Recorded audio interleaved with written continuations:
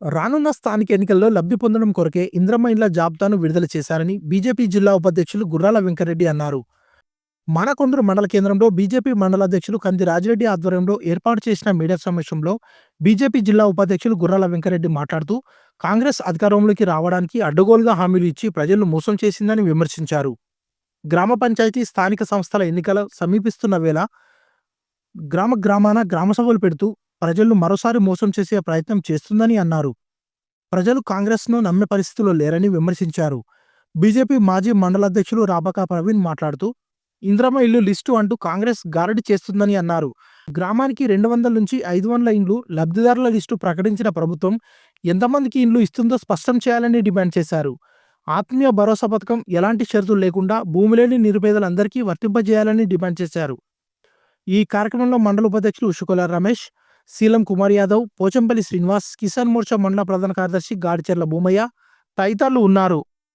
అధికారంలోకి రావడానికి కాంగ్రెస్ పార్టీ అడ్డగోలుగా అనేక హామీలు ఇచ్చి ఈనాడు 6 గ్యారంటీలు 60 మోసాలంటూ కాంగ్రెస్ ప్రభుత్వం పాలన నడుస్తున్నది.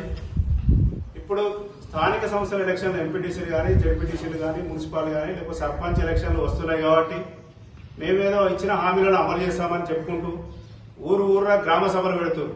గ్రామ సభలు పెడితే ఆ గ్రామంలో పోయి తూతూ మంత్రంగా గ్రామ సభ పెట్టామని పెట్టి వెళ్ళొస్తున్నారు. అంతే తప్ప స్థానికంగా ఉన్న ఇప్పుడు 4 కార్యక్రమాలు తీసుకున్నారు, 26 నుంచి అమలు చేస్తామని.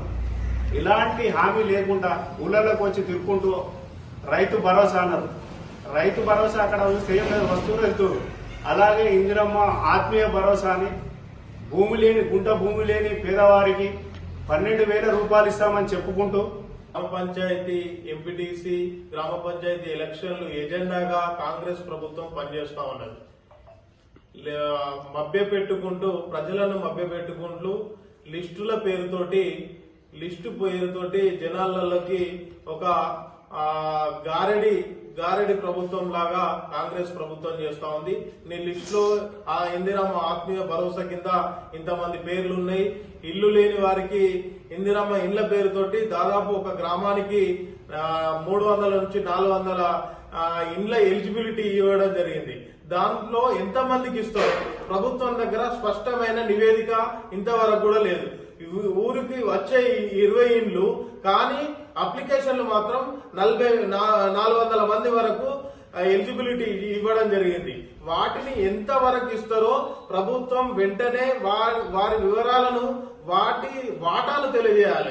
గ్రామంలో ఎస్సీలకు ఎన్ని ఇండ్లు ఇస్తాం, బీసీలకు ఎన్ని ఇండ్లు ఇస్తాం, ఎస్టీలకు ఎన్ని ఇండ్లు ఇస్తాం, బీసీలలో సబ్ క్యాస్ట్లకు ఎన్ని ఇస్తాం అనేది విషయాన్ని చెప్పకుండా లిస్టు పేరుతోటి 300 నుంచి 400 మందికి ఎలిజిబిలిటీ ఇచ్చి మీ పేరుంది, మీరు కాంగ్రెస్ పార్టీకే ఓటేయాలని చెప్పి చిల్లర రాజకీయాలు చేయడానికే తప్ప ఈ ప్రభుత్వ యంత్రాంగాన్ని దుర్వినియోగం చేస్తూ కాంగ్రెస్ నాయకులు రేవంత్ రెడ్డి గారి ప్రభుత్వం పనిచేస్తా ఉన్నది. వెంటనే బీజేపీ పక్షాన మేము డిమాండ్ చేస్తా ఉన్నాం, ఎంతమందికి అయితే ఇండ్లు ఇస్తామో ఆ ఇండ్ల లిస్టు వెంటనే విడుదలయ్యాలి. అదేవిధంగా ఆత్మీయ భరోసా కింద భూమి లేని వారికి, గుంట భూమి లేని వారికి 12,000 రూపాయలు ఇస్తా అని ఇప్పుడు లిస్టులు తీసుకుంటా ఉన్నారు. ఆ 12,000 రూపాయలను కూడా ఉపాధి హామీకి అటాచ్ చేయడం జరిగింది. ప్రభుత్వం 20 రోజులు ఉపాధి హామీ పథకం పనిచేస్తేనే వారికి ఆత్మీయ భరోసాగా వర్తిస్తుంది అని చెప్తా ఉన్నారు. ప్రభుత్వం ఈ 2023, 2022 మధ్య కాలంలో కొన్ని గ్రామాల్లో 20 రోజుల పని కల్పించలేదు. పని కల్పించడంలో విఫలమైన ప్రభుత్వం ఏదైనా ఉందంటే కాంగ్రెస్ ప్రభుత్వమే. వారికి ఉపాధి హామీ పని 20 రోజులు పని కల్పించలేదు. ఇప్పుడు వారికి 20 రోజులు ఉంటేనే ఆత్మీయ భరోసా వర్తిస్తుందని చెప్తా ఉన్నారు.